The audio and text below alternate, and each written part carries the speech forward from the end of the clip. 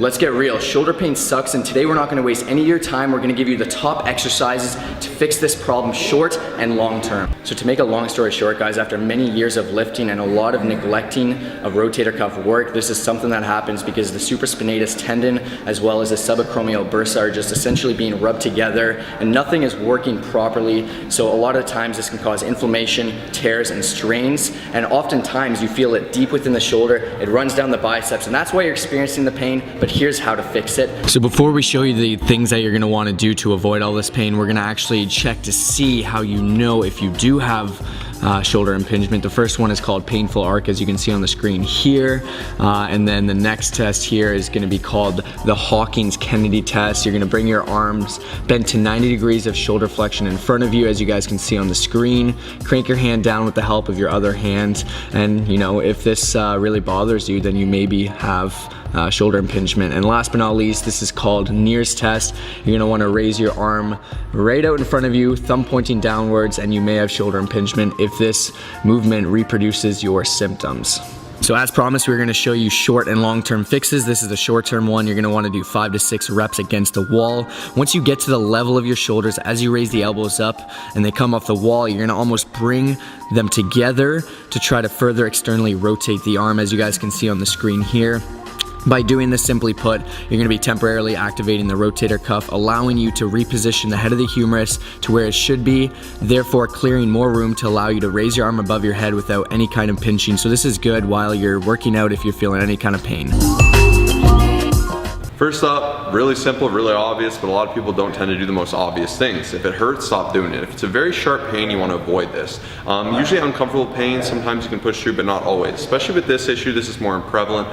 You got a ball and socket joint here. This is something that is really sensitive, and you don't want to worsen the issue. So if you're sleeping on your shoulder, on the bad shoulder, just stop doing that. It's as simple as it sounds. Doing these constant little things, you know, they're going to compound and become worse. So if you're bench pressing and it hurts when you're bench pressing heavy, it's better just to cut it off, spend some time doing the rehab, do the exercises we're about to show you, and then kind of build it back up, get to where you are comfortable to do these exercises.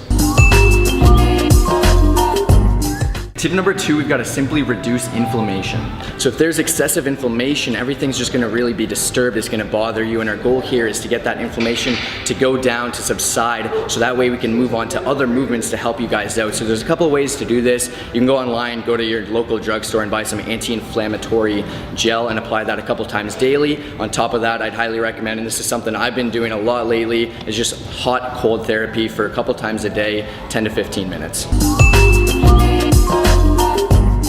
Next up, our goal here is to release the tight muscles. If your posture is not ideal, then your shoulder is going to be in a suboptimal position, which is going to actually lead to higher risk of shoulder impingement. So we're going to take a massage ball, foam roller, lacrosse ball, softball, whatever you have access to, apply firm pressure in a small circular motion. Aim to do this for 1 minute or pretty much as long as you require. And we have a bunch of different groups that you're going to be trying to aim to really release and work on the screen right here.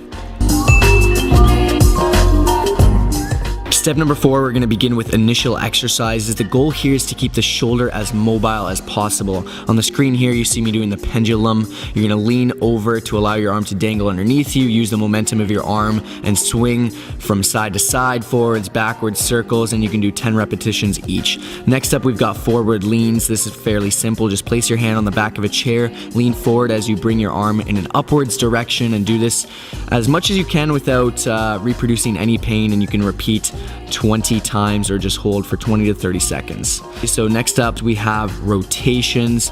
You're gonna wanna bend your elbow to 90 degrees, keep your elbows in contact with the side of your body, and proceed to rotate your arms outwards and inwards, and allow the shoulder to move as much as you can, once again, without reproducing any pain, and repeat 20 times.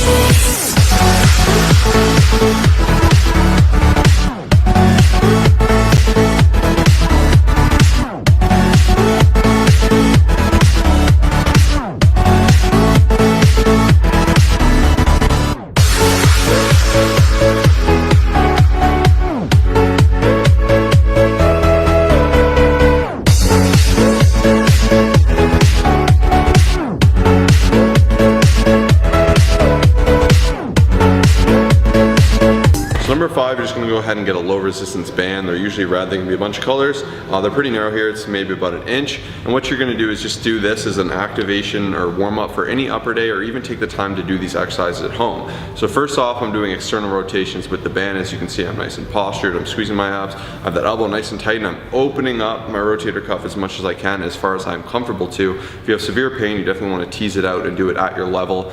Furthermore, you wanna do it with control throughout the movement. You don't wanna be jerking and just throwing your arm around. This is foolish, and this is how you're gonna cause more damage. So do it with control, make sure you have everything tight, and you're really just working on opening it up and improving as you go on. Now you can do this also internally. As you can see, I'm doing internal rotation here, working at the opposite effect.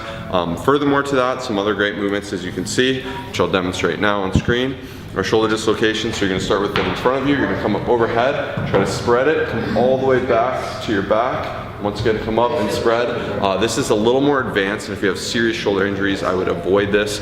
So definitely make sure you're being okay, and definitely make sure your doctor says you're okay to do these movements before you jump into them. So you're gonna come overhead, stretch it out right back, come down, and this is really gonna wake and open up that shoulder. Another thing you can do is kind of warm up the rear delt's chest and just pull in, and just do some of these quick movements to get everything activated, warm, and just get that joint moving, and just work on its kind of ability to withstand this and grow, and you'll get some muscular endurance and some muscular strength out of it. So these are going to make a yard of difference. Definitely implement these. So on top of the exercises Josh just showed you, we're also going to do a couple more. This is going to be focused on isometric training here. This is called the external rotation, and this is to make sure you don't aggravate the inflammation in your shoulder. It involves strengthening your shoulder muscles without moving.